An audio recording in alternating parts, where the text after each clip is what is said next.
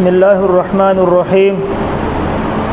باب ما یقول اذا اذن المؤذن من الدعاء باب منہ۔ یہ دو باب یک بعد دیگرے ہیں اور ان دونوں ابواب کا خلاصہ پچھلے باب میں ہم عرض کر چکے ہیں، لیکن پچھلے باب میں ایک مسئلہ دو رہ چکے تھے تو اس کی بھی ذرا وضاحت ہو جائے گی، اور ان ابواب کے اندر یہ جو دعائے وسیلہ ہے اس کی تھوڑی سی تفصیل رہتی تھی، وہ اس باب کے اندر کریں گے۔ گویا کہ یہ دو ابواب جو پچھلا درس ہے، جو ہمارا پچھلا سبق ہے، اس سبق کا یہ تتمہ ہے، تکملہ کے طور پہ۔ تو پہلا مسئلہ تو آپ یہ ذہن میں رکھیں، جو پچھلے مرتبہ آپ کو بتایا تھا، ریکارڈنگ میں نہیں کہا تھا، کہ اگر مسجدیں قریب ہیں، یعنی جہاں پر ہماری رہائش ہے، جیسے شہروں میں عمومی طور پہ ہماری رہائشوں کے آس پاس 4-5 مساجد ہوتی ہیں، دیہاتوں میں عمومی طور پہ ایسا نہیں ہوتا، لیکن شہروں میں چونکہ مساجد قریب ہیں تو بسا اوقات ٹائم جب وقت اذان کا ایک ہوتا ہے تو ساری مسجدوں میں اذان شروع ہو جاتی ہے۔ اب اس کے لیے مسئلہ یہ ہے کہ جس مسجد میں آپ نے نماز پڑھنی ہے، یعنی جس مسجد میں آپ نماز باجماعت پڑھتے ہو، اسی مؤذن کی جو کلمات ہیں، یعنی اس کی اذان کا جواب دینا آپ کے اوپر ضروری ہے، باقی مساجد والوں کا جواب دینا ضروری نہیں ہے۔ ایک دوسرا، اس میں سے وہ مسئلہ بھی پوچھا گیا تھا کہ استاد جی اگر اذان آگے پیچھے ہو، یعنی آپ کی اپنی مسجد جس میں آپ نماز پڑھتے ہو اس میں اذان ہو گئی، آپ نے اس کا جواب دے دیا، 5 سنتیں آپ نے پوری کر لی، اب دوسری مسجد میں بعد میں اذان شروع ہوئی تو بھائی کوئی مسئلہ نہیں ہے، 5 مزید سنتوں کا ثواب آپ کو ملے گا، آپ ان کی بھی ایسے ہی کریں، اذان کا جواب دیں، اس کے بعد ایک مرتبہ درود شریف پڑھیں، اس کے بعد آپ جو ہے نا وہ کلمہ شہادت پڑھیں، اس کے بعد یہ جو دعا اس باب میں ہے، رضیت باللہ ربا وبالاسلام دینا وبمحمد صلی اللہ علیہ وسلم نبیہ، یہ پڑھیں، اور اس کے بعد جو ہے نا کیا کہتے ہیں آپ، وہ ایک 5ویں دعا ہم نے آپ کو لبیک اللہم لبیک 6ٹھی بتائی تھی، وہ پڑھ لیں تو آپ کو مزید ثواب ہوگا۔ ایک تیسرا یہ مسئلہ بھی یاد رکھیں کہ ہمارے عرف میں یہاں پر 2 خرابیاں ہیں۔ بعض لوگ تو ایسے ہوتا ہے کہ جب اذان شروع ہوتی ہے وہ کام کاج تو چھوڑ دیتے ہیں، لیکن جیسے اذان ختم ہوتی ہے پھر کام پہ شروع ہو جاتے ہیں، یہ طریقہ بھی غلط ہے۔ کام چھوڑنے کا مطلب یہ ہے کہ ایجاب قولی کے فوراً بعد ایجاب فعلی، جس کے بارے میں بعض علماء کے نزدیک ایجاب فعلی واجب ہے، یعنی فوراً مسجد میں جانا واجب ہے، اور جمہور کے نزدیک تو فوراً یعنی واجب تو نہیں ہے، لیکن جو مختار مذہب ہے وہ یہ سنت مؤکدہ باشد تاکید، یہ بات پیچھے میں عرض کر چکا ہوں، تو یہ مسئلہ بھی۔ دوسرا،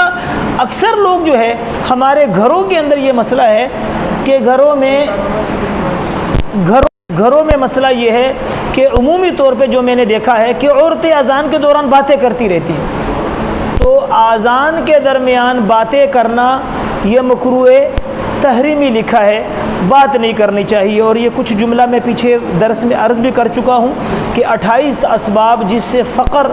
فاقہ اور تنگی گھروں میں آتی ہے، اس میں سے ایک سبب علماء نے یہ بھی لکھا ہے کہ اذان کے درمیان آدمی دنیاوی باتیں کرے، یعنی اللہ کے نبی تو کہتے قولوا مثل ما یقول المؤذن، جو مؤذن کہتا ہے وہ کو، اب یہ تو اللہ کے نبی کی نافرمانی ہوگی نا بھائی۔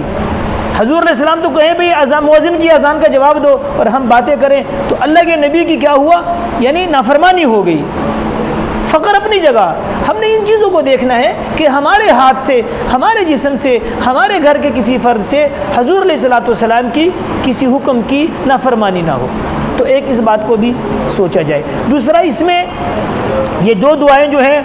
یہ اس باب میں آئی ہیں کہ درمیان میں یعنی کلمہ شہادت کے ساتھ جو ہے نا، یعنی اشہد ان محمد رسول اللہ جب مؤذن کہے تو باب کا مقصد یہ ہے کہ یہ بھی ساتھ میں کہہ دے اشہد ان لا الہ الا اللہ وحدہ لا شریک لہ واشہد ان محمدا عبدہ ورسولہ، لیکن ہم نے اس کو جو ترتیب علماء نے بنائی ہے انہوں نے 5 سنتوں میں اس کو شامل کر لیا ہے کہ بھئی اذان کی 5 سنتیں ہیں۔ ایک تو مؤذن کی اذان کا جواب دیا جائے، اذان کے بعد درود شریف آہستہ پڑھا جائے،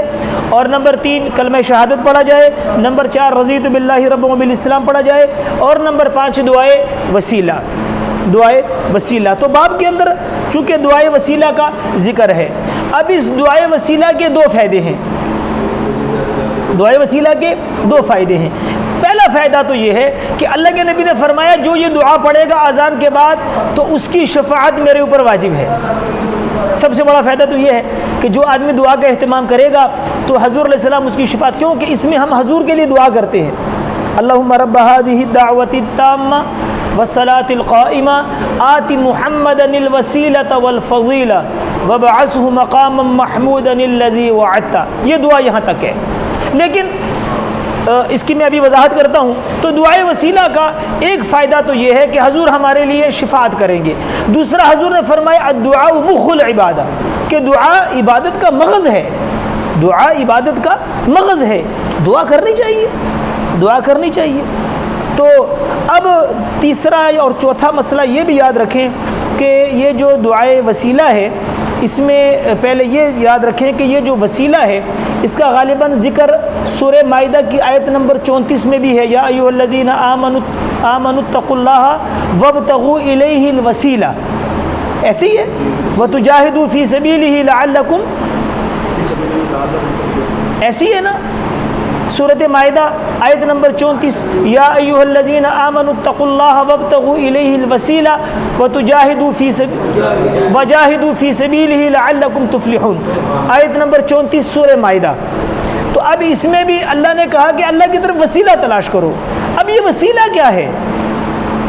یہ وسیلہ کیا ہے؟ تو بعد میں لکھا ہے کہ یہ وسیلہ اللہ جل شانہ کے اخص الخاص ایک مقام ہے، اس کا نام ہے۔ بعد میں کہا کہ جنت کا ایک درجہ ہے، اس کا نام ہے وسیلہ، اور فضیلہ اسی کا دوسرا نام ہے، وسیلۃ والفضیلہ، فضیلہ اسی وسیلہ جو جنت کا ایک درجہ ہے اس کا دوسرا نام ہے، اور اللہ کا ایک خاص مقام ہے، ایک خاص مقام ہے۔ اور مقام محمود جو ہے یہ عرش کے نیچے ایک جگہ ہے، اس کا نام ہے مقام، مقام کا مطلب جگہ، محمود تعریف کی ہوئی جگہ، تو ایک خاص جگہ کا نام ہے مقام محمود۔ اور قیامت کے دن بڑی لمبی حدیثیں غالباً شمائل کے اندر، ترمذی میں بھی ہے، ابو داؤد شریف میں بھی ہے، غالباً سیاستہ کی کتابوں میں یہ حدیث بڑی تفصیل سے ملتی ہے کہ قیامت کے دن سارے لوگ اکٹھے ہوں گے، قیامت کا بڑا سخت دن ہوگا، تو آدم علیہ السلام کے پاس جائیں گے، کرتے کرتے حضور علیہ السلام تک آئیں گے، بڑی لمبی حدیث ہے، پھر حضور علیہ السلام اس مقام پہ جائیں گے، اس مقام محمود پہ حضور سجدے میں گر جائیں گے، تو اللہ جل شانہ کا جلال ہوگا اور اللہ کا روب ہوگا۔ لیکن جب اللہ دیکھیں گے کہ حضور علیہ السلام مقام محمود میں سجدے میں گرے ہیں تو حضور اللہ جل شانہ فرمائیں گے ارفع راسک یا محمد، اے میرے حبیب اپنے سر مبارک کو اٹھائیں، تو اور سل توتا، مانگے، کیا مانگتے ہیں؟ تو حضور علیہ السلام کہیں گے کہ اللہ جل شانہ سے اب حساب شروع کر لیں، لوگ بڑے تنگ ہیں، اب حساب شروع کر دیں۔ تو بڑی لمبی حدیث ہے کہ پھر حضور علیہ السلام سے کہا جائے گا کہ اب حساب کس سے شروع کریں؟ حساب کے لیے کوئی بندہ ہے؟ تو پھر حضور علیہ السلام ابو بکر صدیق رضی اللہ تعالیٰ عنہ کو پکڑ کے لائیں گے، اللہ کے سامنے کھڑا کریں گے، ان سے شروع کر لیں۔ تو کہتے ہیں کہ ابو بکر صدیق رضی اللہ تعالیٰ عنہ کو دیکھ کے اللہ کا غصہ ٹھنڈا ہو جائے گا، اور اللہ کہیں گے کہ میرے حبیب کس شخصیت کو لا کے کھڑا کر دیا، اس سے کیا حساب لوں، اس سے میں کیا حساب لوں؟ یعنی جس شخصیت کو دیکھ کے اللہ کا غصہ ٹھنڈا ہو جائے، کیا مقام ہوگا ان کا۔ تو یہ مقام محمود، یہ عرش کے نیچے، عرش کے پاس ایک جگہ ہے، اس کا نام ہے مقام محمود۔ اور دوسری بات یہ ہے کہ چونکہ اذان ایک مکمل دعوت ہے، اذان جو ہے ایک مکمل دعوت ہے، اللہ کی کبریائی، اللہ کی بڑائی کا ذکر ہے پہلے، اور اس کے بعد اللہ کی توحید ہے، اس کے بعد حضور علیہ السلام کی رسالت ہے، اس کے بعد نماز کی طرف بلانا ہے، اس کے بعد کامیابی کی دعوت دینا ہے، اس کے بعد پھر اللہ کی بڑائی اور اللہ کی توحید، تو اس کے بعد جو ہے نا یہ دعا رکھی گئی۔ لیکن اب یہ بات یاد رکھیں کہ بعض حدیث میں تو دعا اتنی ہے، اللہم رب هذه الدعوة التامة والصلاة القائمة آت محمدا الوسیلة والفضیلة وابعثه مقاما محمودا الذی وعدتہ، اور یہ مقام محمود کا جو وعدہ ہے یہ غالباً بنی اسرائیل آیت نمبر 1:80 7:9 میں اس کا وعدہ اللہ جل شانہ نے حضور علیہ السلام کے ساتھ کیا ہے۔ حوالہ ٹھیک ہے جی، بنی اسرائیل آیت نمبر جی، بنی اسرائیل آیت نمبر 1:80، یہ مقام محمود کا جہاں پر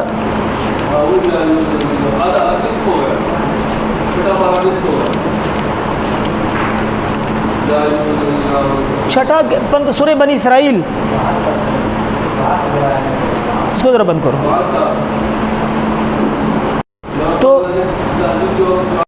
تو اب یہ بنی اسرائیل آیت نمبر 7-9 1 کم 80 میں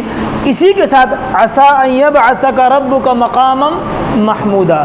تو یہ مقام محمود ہے جس کا وعدہ کیا ہے حضور نے. تو اب یہ دعا یہاں تک ہے، لیکن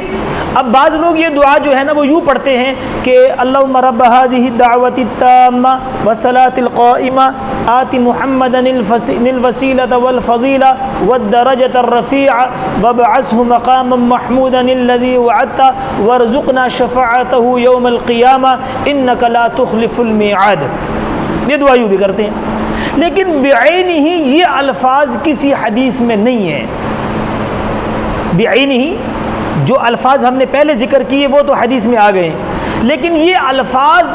بکھرے ہوئے احادیث میں ہیں. یعنی تحاوی شریف جلد نمبر 1 صفحہ نمبر 87 اس میں رفع والدرجۃ الرفیعہ کے ذکر عبداللہ ابن مسعود کی روایت میں ہے. کنز العمال جلد نمبر 7 صفحہ نمبر میرے ذہن سے نکل گیا، اس میں ورزقنا شفاعتہ یوم القیامہ بھی ہے، عبداللہ ابن عباس کی روایت. بیہقی سنن کبریٰ جلد نمبر 1 صفحہ نمبر 410 میں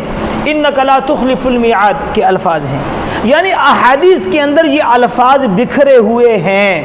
ملتے ہیں. اس لیے اگر کوئی آدمی یوں بھی دعا کر لے تو اس کے ساتھ کوئی جھگڑا نہیں کرنا، یعنی یہ بھی درست ہے، کیونکہ یہ الفاظ جو ہیں یہ احادیث میں بیہقی کے اندر کنز العمال میں تحاوی میں اور سنن کبریٰ میں یہ الفاظ ہیں. تو اگر کوئی ان الفاظ کو اکٹھا کر کے دعائے وسیلہ کے ساتھ ان کو ملا کے پڑھ لے تو آپ نے کسی کے ساتھ جھگڑا نہیں کرنا. لہٰذا یہ الفاظ بھی احادیث کی کتابوں میں ملتے ہیں، لیکن حدیث میں جیسے ہم نے دعا پڑھی ہے پہلے اتنی دعا ملتی ہے. لیکن اگر آپ اس طرح دعا پڑھ لیں جیسے آج کل لوگ پڑھتے ہیں اور ہم نے پڑھ کے بھی دکھائی تو اس میں بھی کوئی حرج نہیں ہے، کوئی مسئلہ نہیں ہے. یہ الفاظ بھی دوسری کتابوں میں بکھرے ہوئے ملتے ہیں. لیکن اگر کوئی یہ کہے کہ یہ دعا بعین ہی ایسے حدیث میں ہے تو یہ بات غلط ہے. دعا صرف اتنی ہے حدیث میں، یہ الفاظ ملتے ہیں، اگر کوئی ان الفاظ کو ان کے ساتھ ملا کے دعا مانگ لے تو کوئی حرج نہیں ہے. ایک آخری مسئلہ کہ دعاؤں کے 2 اوقات ہیں، ایک ہے اوقات متواردہ، ایک ہے اوقات غیر متواردہ. یہ مسئلہ بڑا اہم ہے اور یہ مسئلہ جو ہے غور طلب بھی ہے اور بڑی اہمیت کا حامل ہے. اکثر